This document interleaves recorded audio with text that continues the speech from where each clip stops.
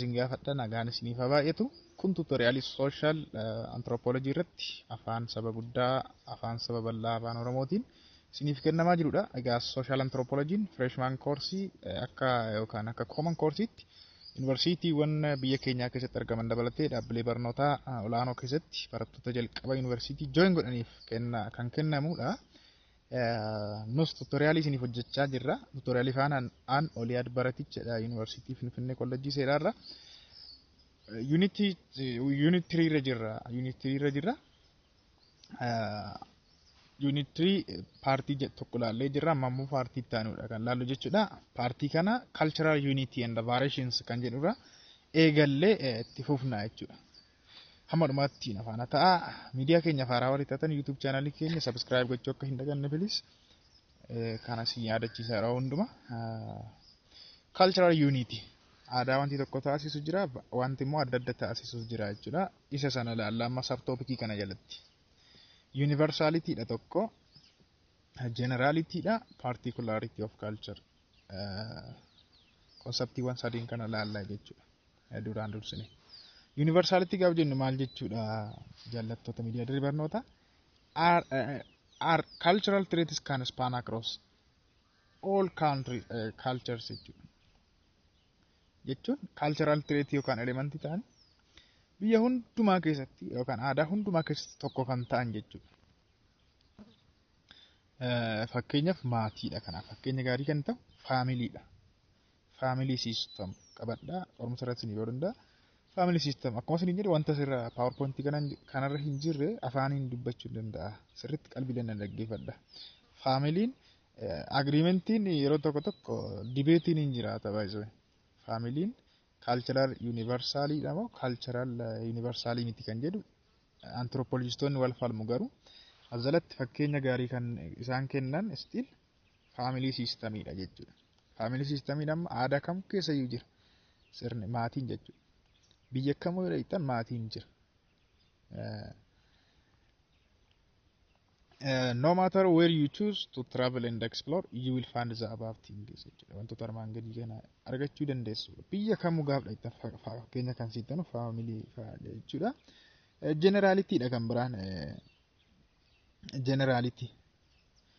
Generality gaaf jennu immoo universality irraa digriin isaa xiqqoo gadi bu'a. Jechuun cultural trait yookaan elementiin sun hawaasa baay'ee keessatti kan argaman jechuudha. Fakkeenyaaf marriage dha fakkeenya gaarii kan nuu ta'u. Fuudhaa fi heeruma. Fuudhaa fi heerumni amma aadaa baay'ee keessa jira. Aadaa baay'ee keessa jira fuudhaa fi heerumni. Generalities are cultural traits that are occur in many societies. Hawaasa baay'ee keessatti kan ta'aman ta'anii garuu hunda keessatti miti jechuudha. Hunda keessatti yoo jennu universality ta'a inni sun. Fakkeenyaaf farming qonna fa'a, nuclear family, marriage fa'a. Nuclear family jechuun maatii ijoollee fi haadha abbaa jechuudha. Haadha abbaa ijoollee sanarra kan hin darbinedha. Family gosa lama jira, extended family fi nuclear family dha. Fuulduratti ilaallasa gaafa kinship taasii gaafa bira geenya jechuudha. Nuclear family family ijoollee fi haadhaa fi abbaa kan of keessaa qabatudha. Inni kun egaa aadaa yookaan society baay'ee keessa wanta jirudha jechuudha. Generalityidhaaf fakkeenya gaarii kan nu ta'u kanadha. Isa kanaaf ammoo family waliin gala jechuudha malee nuclear extended isin jechaa jiru. Familiin liigala universalityidha fakkeenya gaarii ta'a. Particularityidha kan biraan ammoo. Particularity kan jennuun trait of culture that is not widespread jechuudha. Trait yookaan elementii culture ta'e kan hin faffacaane jechuudha. Aadaa addatti adda kan ta'u. Keessumaa aadaa nyaataa fa'aadhaan wal qabatan kun. It includes the specific practices that distinguish cultures from one another.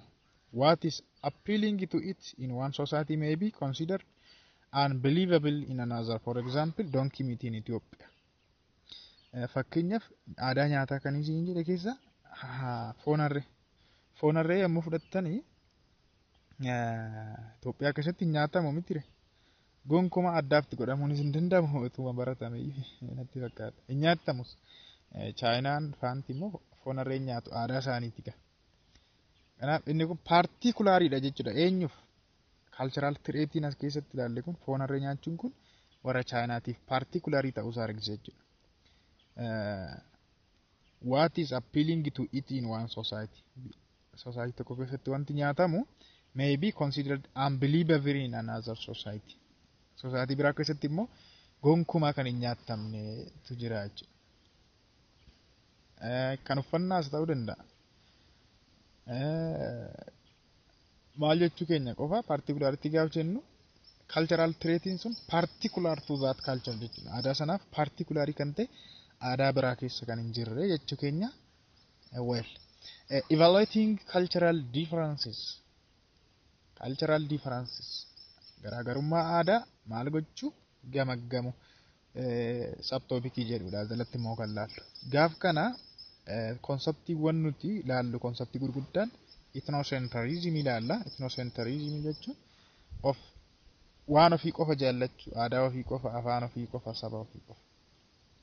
Ofittummaa yookaan immoo dhiphummaa akka jennu sanadha. Cultural relativism immoo aadaa tokko akkaataa kontekstii isaatiin, akkaataa loojikii isaatiin hubachuu. And human rights ilaallaa jechuudha. Dhumarraa human rights maaltu as keessa fedhe kan jedhu booda ilaallaa jechuudha. Ethnocentrismidha jalqaba irratti kan laallu maatii miidiyaa dirree barnoota. Ethnocentrism jechuun maal jechuudha? The tendency to see the behaviors, beliefs, values and the norms of one's own group as the only right way of living and to judge others by those standards. Amala amantaa ofii, duudhaa ofii, normii ofii qofa jechuudha. Jaallachuu qofa waan jedhu dagatina. Jaallachuudha. Kanaaf kiyya qofatu sirriidha jechuudha. Kan nama biraa immoo maal gochuu? Judge gochuu. Maaliin judge goona? Maaliin yoo judge gooneedha? Standardii aadaa keenyaatiin jechuudha. Hin beektu kan namoota tokko tokko ethnocentric warri ta'an aadaa isaanii qofatu sirriidha. Aadaan nama biraa sirrii miti. Afaan isaanii qofatu afaan gaariidha. Aadaa nyaataa maali isaanitu? Duudhaa isaaniitu duudhaa sirriidha. Baaluu isaanii qofatu baaluu sirriidha. Kan nama biraa immoo warra tuffatantu jira. Ethnocentric jennaan nama akkasiitiin jechuudha. The assumptions that our own group has the access of everything and we scaling and rating all others with reference to it jechuudha. Jechuun wanta keenya akka accessiitti fudhanne jechuudha. Yookaan immoo aadaa keenya, afaan keenya, maalii keenya ta'uu danda'a akka accessiitti fudhanne waan hundumaa achirraa kaane judge gochuu jechuudha. Kan hawaasa biraa achirraa kaane judge gochuu. Well, ethnocentrism is not only the characteristic of complex modern societies. Modern society qofa miti amala akkanaa kan qabu. Dhiphummaa jennaan keessa kana. Kan immoo gandummaa fa'aa jechuu dandeenya.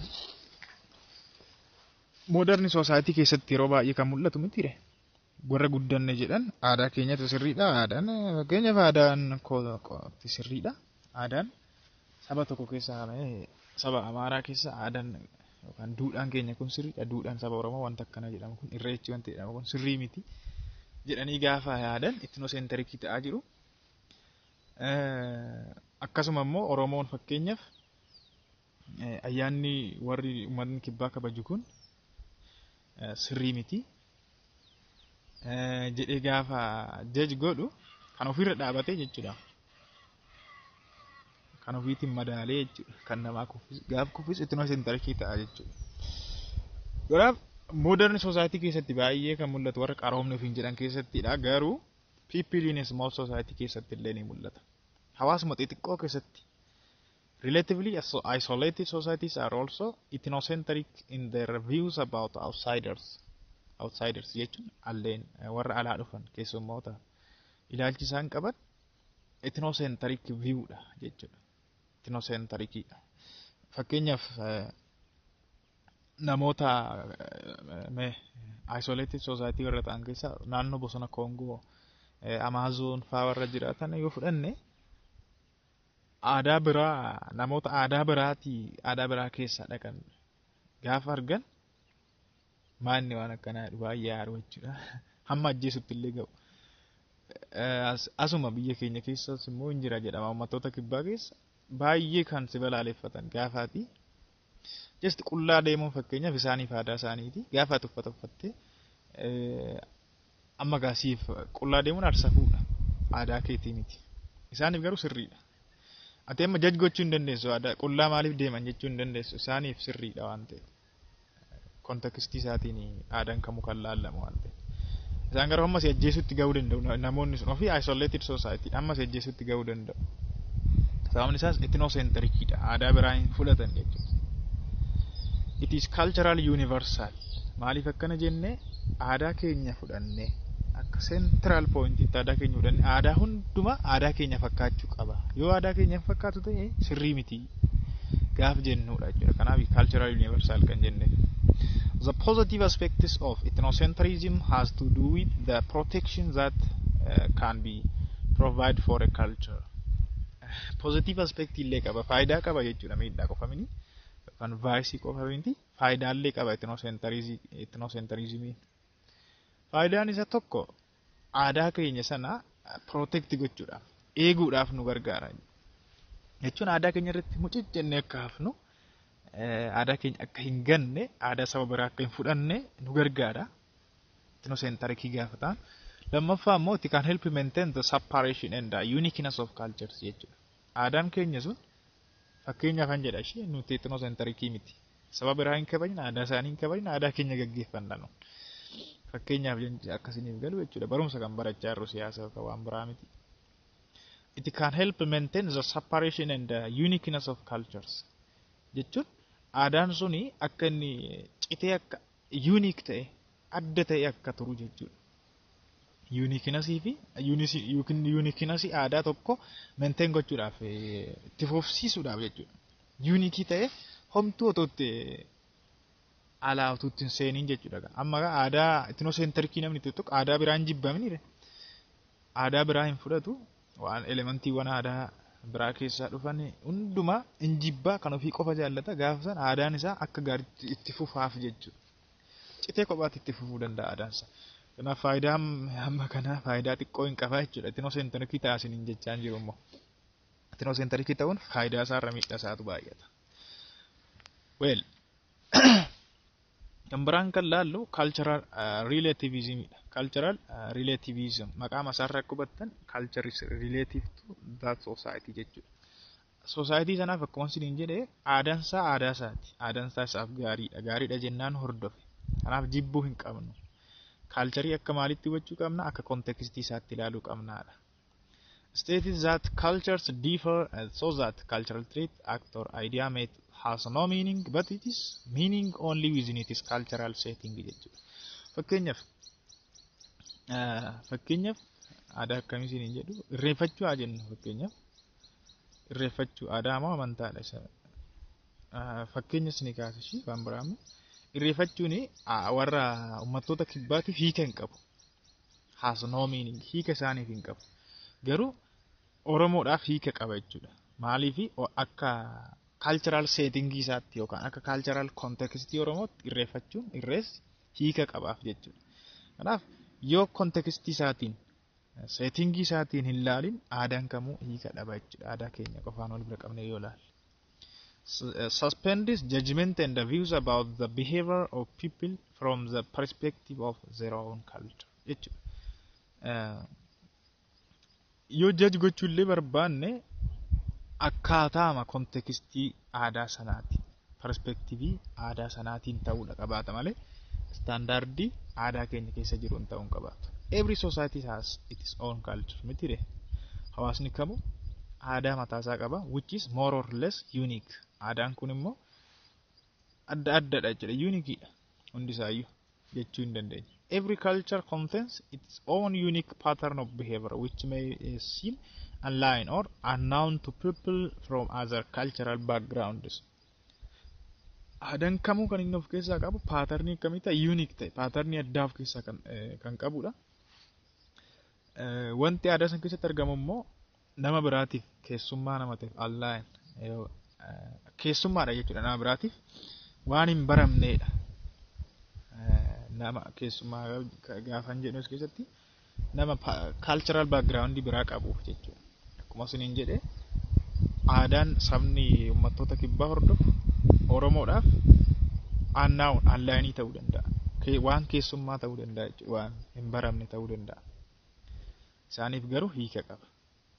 Kanaaf cultural relativism jechuun akka kontekstii isaatti aadaa nama kamiitiif kabaja kennu jechuudha. Garuu hunduma miti. Anthropologistoonni asirratti gaaffii kaasu yeroo baay'ee aadaan tokko tokko nama miidhu baay'ee qaama namaati irratti illee miidhaa kan geessisan jiru. Isaaniifis sirriidha jennee fi kabajnaa sirriidha jennee haa fudhannuufi jedhu wal mormu kana human rights keessatti ilaalla jechuudha. Human rights keessatti ilaalla rakkoon qabu. Culture has to be studied in terms of its own meanings and value. Akkaataa hiikaa fi duudhaa isaatti kan qoratamuu qabu jechuudha culture. Describes an attitude of respect for cultural differences rather than condemning other people's culture as uncivilized or backward jechuudha. Cultural relativism akkas jedhu. Aadaa namaa jedhu aadaa namaa jibbuuni garaagarummaa aadaa kabajuu dhiisuuni amala maaliiti? Aadaa namaa condemn gochuun yookaan ammoo balaaleffachuun uncivilized amala akkasiiti, amala hin qaroomnedha, amala duubatti hafaadha. Kanaaf cultural difference kabajuudha. Garaagarummaa aadaa kabajuun barbaachisaa akka ta'edha jechuudha. Relativismiin kan ni hubachiisu. Characteristics of cultural relativism. Bal'inuma ilaalla jalatti amaloota cultural relativism ilaalla. Inni jalqaba appreciating cultural diversity jechuun garaagarummaa aadaa appreciate godha jechuudha. Inni dinqisiifata jechuudha. Akka miidhaginaatti fudhata aadaan baay'achuun isaa malee akka waan hamaatti hin fudhatu jechuudha. Relativismiin accepting and respecting other cultures. Aadaa hundumaa maal gochuu simachuu fi kabajuu. Kun egaa duudhaalee relativismiiti jechuudha. Trying to understand every culture and its elements in terms of its own context and logic. Aadaa kamuu akkamitti hubachuudhaaf kan yaalu akka kontekstii isaatti. Elementiiwwan aadaa jechuun aadaa nyaataa, aadaa uffannaa maalii ta'uu danda'a. Akka kontekstii fi akka loojikii aadaa saniititti hubachuudhaaf yaala. Accepting that each body of custom has inherent dignity and the meaning as the way of life of one group which has worked out to its environment, to the biological needs of its members and to the group relationships. Bitani akkamitti fudhata body of custom yookaan immoo aadaa sana jechuudha. Akka waan inherent dignity qabuutti faayidaa wayii qaba jechuun kabaja qaba, hiika qaba. Eenyuuf? Namoota sanaaf, warra aadaa sana hordofaniif. The way of life of one group. Namoota aadaa sana hordofaniif hiika qaba, kabaja qaba. Naannoo isaaniitiif hin hojjeta. Akkasuma biological need isaanii hin guuta, waan isaan barbaachisu miseensota isaatiif hin guuta. Group relationii isaaniitiif gaariidha. Akkasitti fudhata jechuudha cultural relativismiin. Knowing that person's own culture is only one among many jechuun aadaan ofii aadaa baay'ee keessa aadaa tokko qofa akka ta'e. Fakkeenyaaf aadaan nuuni qabnu aadaan Oromoon qabu aadaawwan jiran aadaa addunyaarra jiran keessa tokkodha malee aadaa hundumaa bakka hin bu'u jechuudha. Tokkodha. Aadaa baay'ee keessa aadaa tokko qofa akka ta'e akka hubannuudha. Relativism, cultural relativism. Kan biraa recognizing that what is immoral, ethical and acceptable in one culture may not be so in another culture. Wanti aadaa tokko keessatti immoral ta'e aadaa biraa keessatti moral ta'uu danda'a.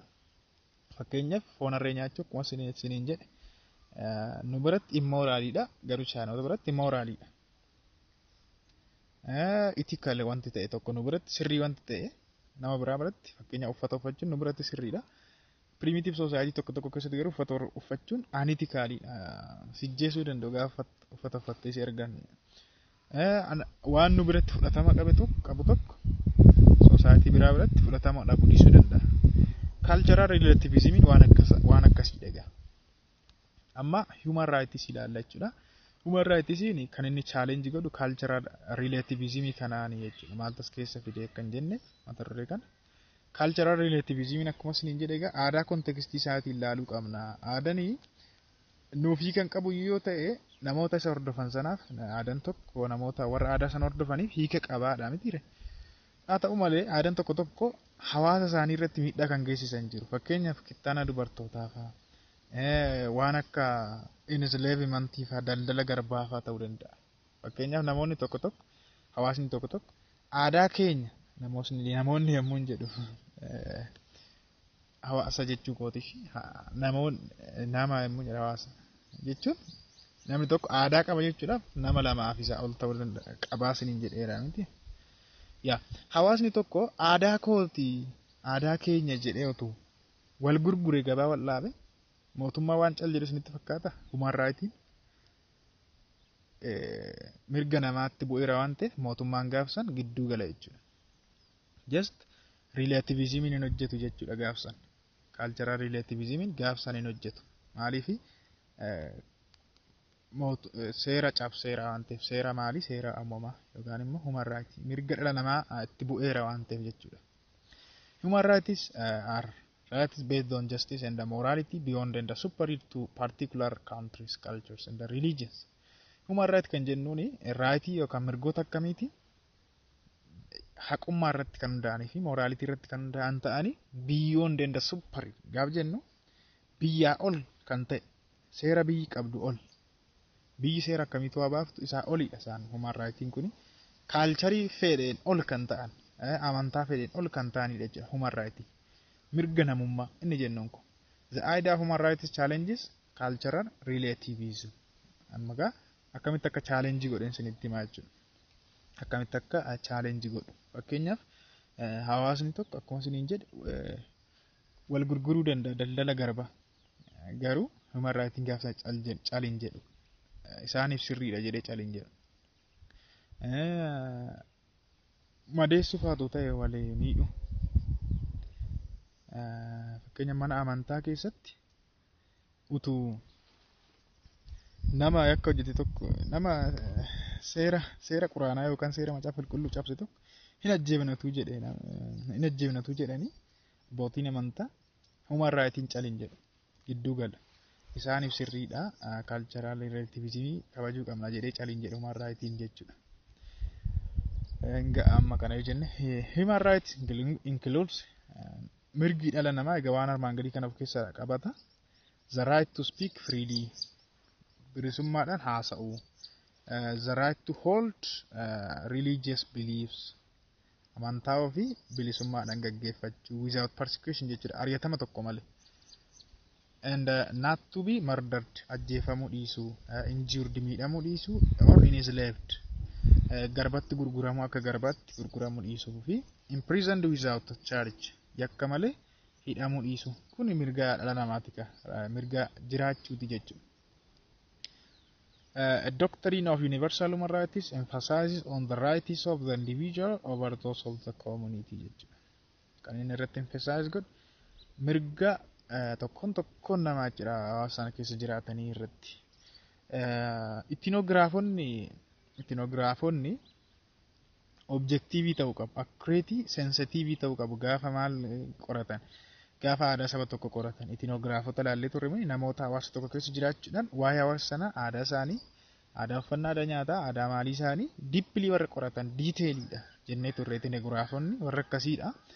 Sensitive ta'uu qabu, objektiivii accurate ta'uu qabu. Garuu hunduma isaa fudhachuu hin qaban. Hunduma isaatti sensitive ta'uu hin qaban. Maaliif however, their objectivity, sensitivity and cross-cultural perspective got nothing to do with ignoring international standards of justice and morality. Wantoonni isaan godhan hundi tarkaanfiin isaa fudhatan hundumtu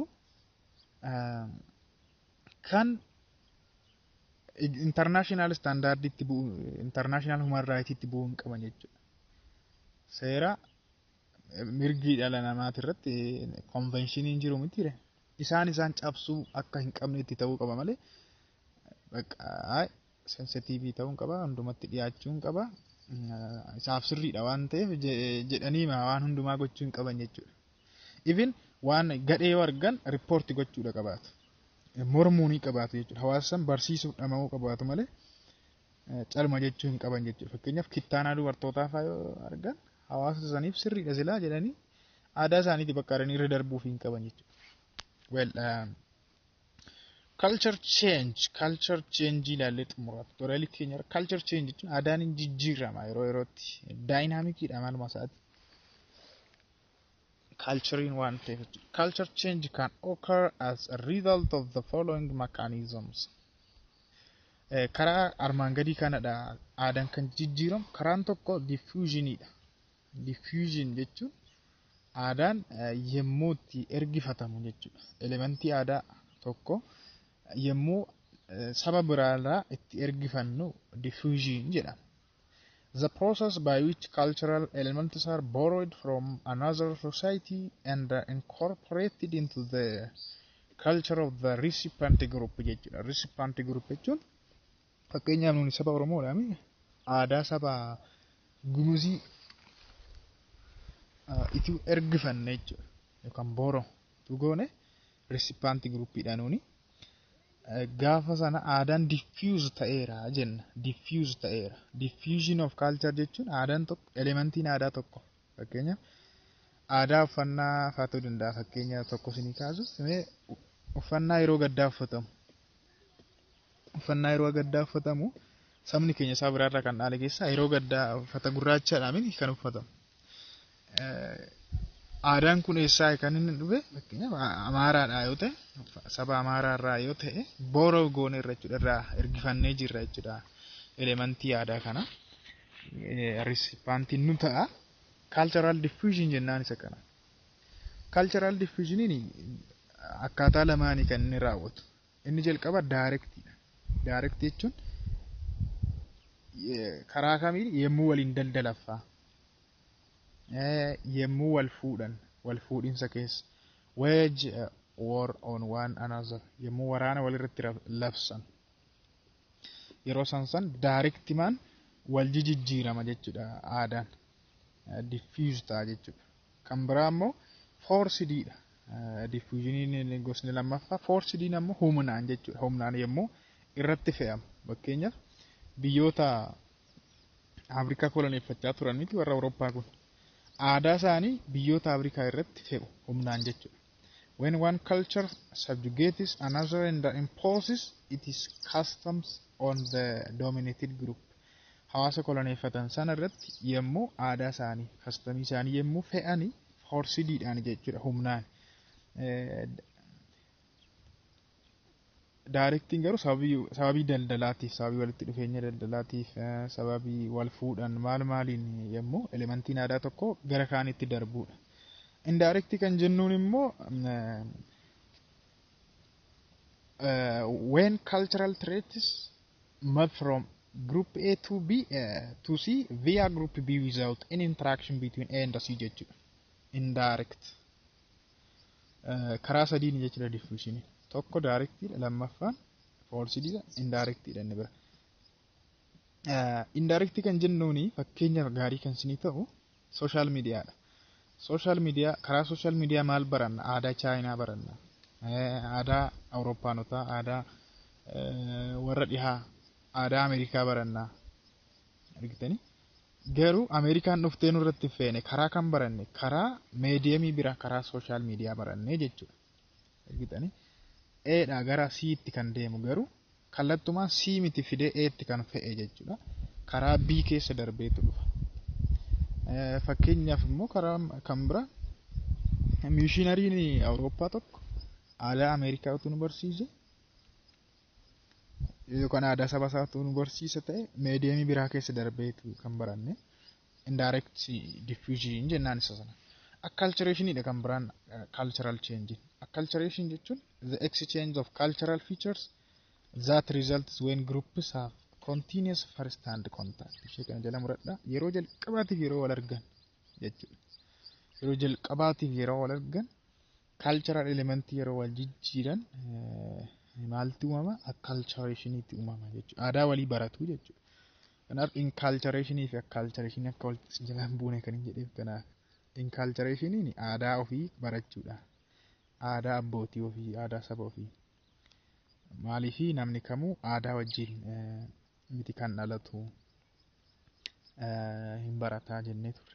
Acculturation garuu aadaa nama biraa barachuudha. First hand contact yeroo jalqabaatiif yeroo wal argamu. Kun egaa cultural change fida jechuudha. Ammas kan biraan inventionidha yookaan kalaqa jechuudha. Kalaqa. Teknooloojiin akkuma babal'achaa deemu jechuudha. When humans innovate, creatively finding solutions to problems is a third mechanism of cultural change. Mechanismiin jalqabaa diffusionidha. Diffusioniin immoo waa sadii of keessaa qaba jenneerra. Inni lammaffaan acculturationidha. Inni sadaffaan inventionidha. Teknooloojiin akkuma babal'atuun aadaan jijjiiramaa deema. Hamma namni waa kalaqaa deemu jechuudha. Teknooloojiinis aadaa jijjiiruu irratti gahee guddaa qaba. Globalization inni biraa immoo globalization beektu miniire global trend keessatti sirriitti waan laalluudha. Karaa sanaan hordofuu hin dandeessu waa'ee globalization. Globalization jechuun addunyaa gara mandara tokkotti fiduu jechuudha. Gaafsan hundinuu akkaataa wal fakkaataa akka ta'u gochuudha. Aadaa wal fakkaataa afaan wal fakkaataa. Dhumarraa resulting globalization isa uuma jedhamee sodaatama ga'a. Kanaaf globalizationiin aadaa jijjiira jechuun aadaan akka jijjiiramu shoora guddaa kan taphachaa jiru keessa globalizationidha yeroo ammaa. Globalizationii fi inventionidha addumaa jechuudha. Inni diffusioniin kun yeroo duriiti inni kun yeroo kolonii yeroo wal waraansi ture maal sana. Fakkeenyaaf directidhaaf fakkeenya kan ta'u tokko wage war'idha mini fakkeenyaaf yeroo atseewwanii keessumaa atsee Minilikii fudhachuu hin dandeessu yommuu waraana labs Oromoo irratti just elementii aadaa saba Amaaraa fidee Oromoo irratti yeroo fe'u. Forsidiis ta'uu danda'a garuu harka caalaa directii ta'a jechuudha. Waraana keessa jechuudha. Waraana san keessa aadaa isaa yeroo saba biraa irratti fe'u. Kana fakkaata tuutoriyaaliin paartiin inni kuni paartii taanuun immoo ties that connect society kan jedhu jalatti jechuunis wanta hawaasa tokko walitti hidhu tokko gaa'ela miti lammaffaan maatiidha sadaffaan kinship yookaan firummaa kan jennu kanadha isaan laallaa jechuudha paartii taanuuni waan nafaana taataniif ammas ulfaadhaa isiniin jedha tuutoriyaalii faana an olii baratichan ture. Miidiyaa dirree barnootaatiif haaraa warri taatan subscribe gochuu kan daganne karaa telegiraamii immoo join gochuudhaan hordofuu hin dandeessu. Galatoomaa.